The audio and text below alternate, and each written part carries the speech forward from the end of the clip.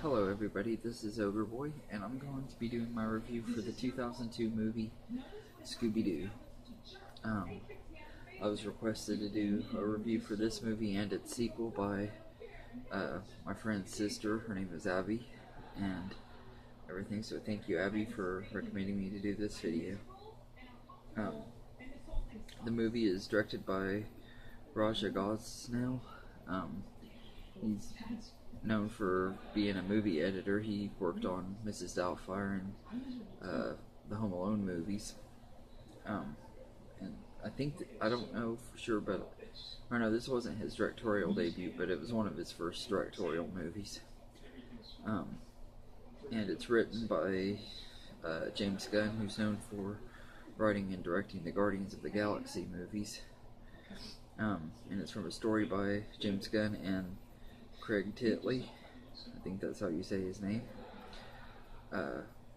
In this movie, Mystery Inc., after solving a mystery, end up breaking up because Velma's tired of Fred taking all of the glory and all of the everything after the mysteries are over and everything. So the group just kind of splits up and everything. And so, like a couple years after that, they all individually get called to this island theme park that's called Spooky Island by this guy named Emil Montevarius, and they're trying to figure out the mystery of the island because the people that go on the island are acting weird and everything when they leave it and everything, and they find out that there's this voodoo cult thing going on and everything, so they're trying to solve the mystery.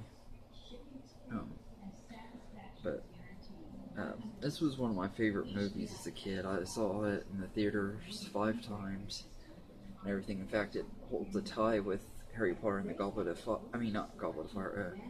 Harry Potter and the Half-Blood Prince for the most amount of times I've seen the same movie in the theater and everything. This was just a huge part of my childhood. It came out the year I turned 10 years old, so I was like the perfect age for this movie when it came out.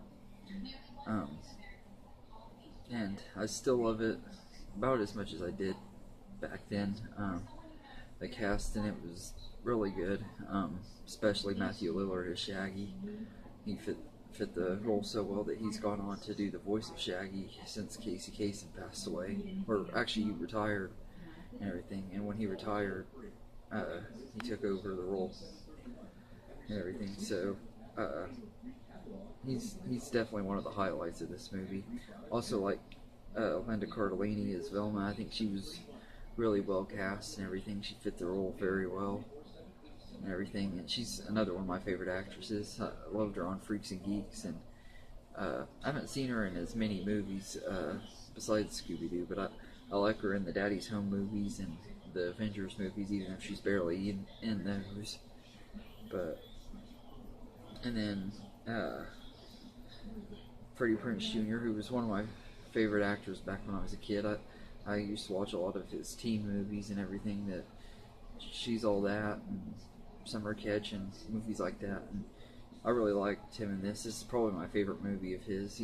I think he's hilarious as Fred and everything. And then Sarah Michelle Gellar, who was the first celebrity I ever had a crush on. And this movie did have a large part in it, because I have a thing for redheads, and her being a redhead in this movie just...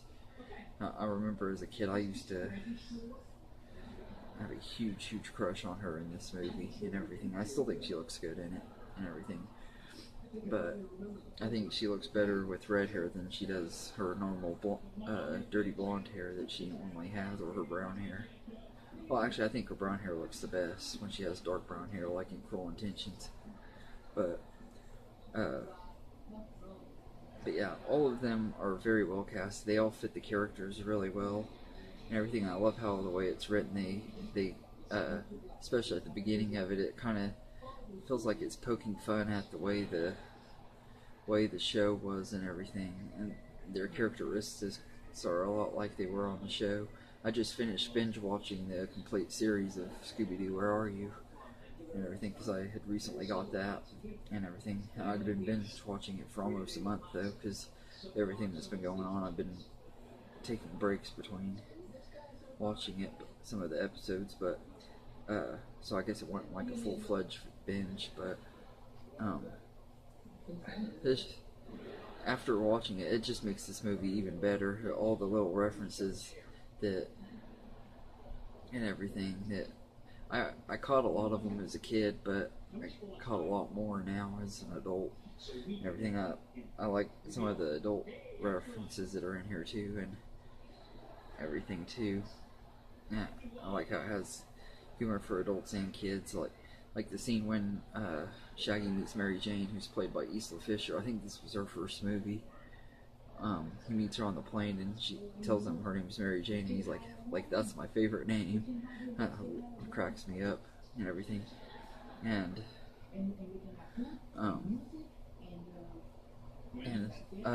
the fart and burping contest between Shaggy and Scooby. I've gotten to where I don't really like fart jokes and stuff like that anymore, but every time I watch that scene, I still crack up. I think it's because Matthew Lillard's facial expressions. He looks so goofy and everything, but yeah. Rowan Atkinson plays Emil Montevarius, and he does a really good job. I like how at the end of the movie, the twist and everything, being that Scrappy-Doo was pretending to be Emil Montevarius and everything in the robot body. I thought that was awesome. And everything that they made Scrappy the villain because everybody hated Scrappy and everything. Well, I know some people that do like Scrappy, but I know a lot of people hated him and everything. I know I used to hate him as a kid. I don't know if I still would, but he used to get on my nerves on the Scooby-Doo shows and stuff, in the movies that he was in.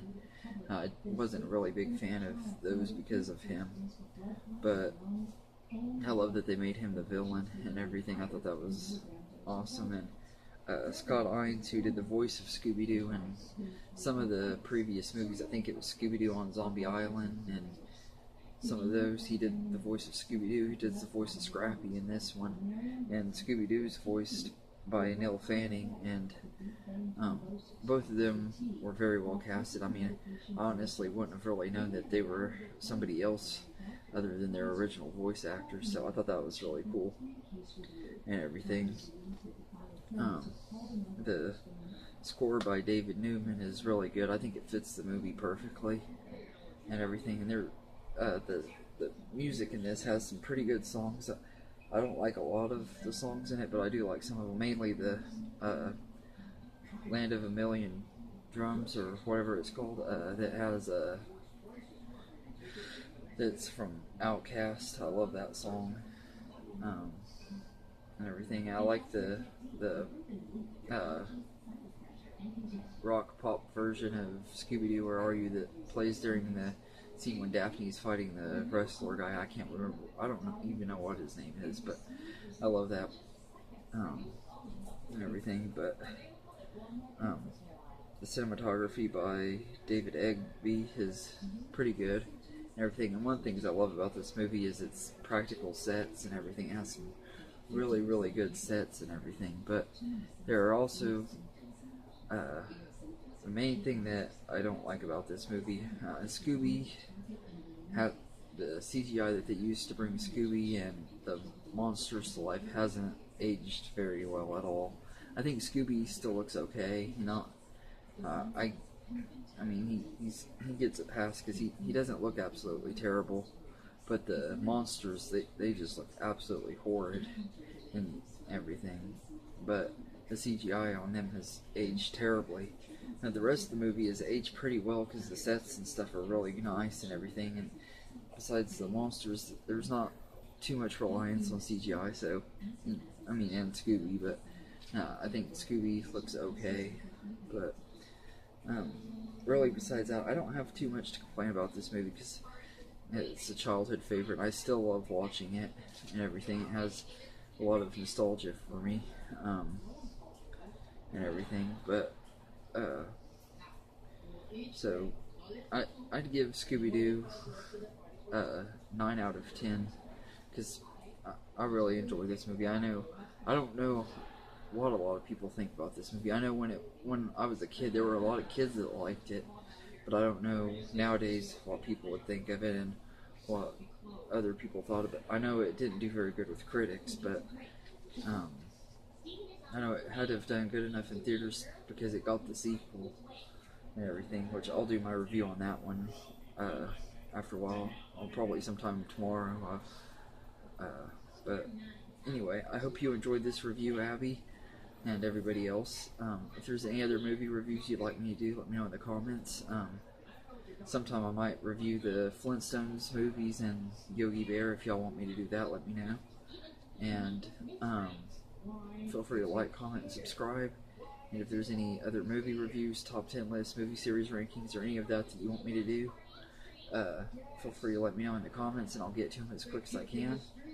And you can follow me on Facebook at OgreBoy1992, and you can email me at OgreBoy1992@gmail.com if you have any requests or anything on there. And thank you all, and have a good day.